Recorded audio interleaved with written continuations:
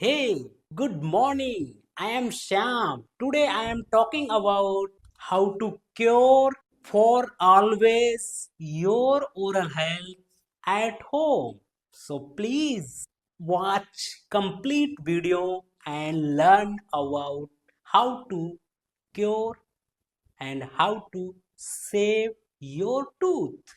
Do you know Tulsi can fix common oral problem naturally at home? Watch carefully. This simple remedy may change everything.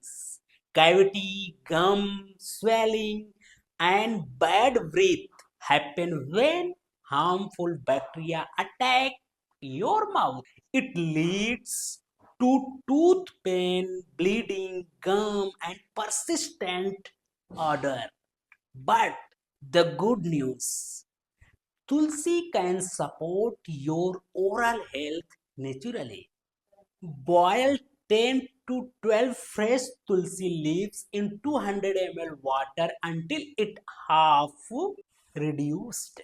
Cool, strain, and use it twice a day as a mouth rinse. For stronger gums, grind 5 tulsi leaves with a pinch of rock salt.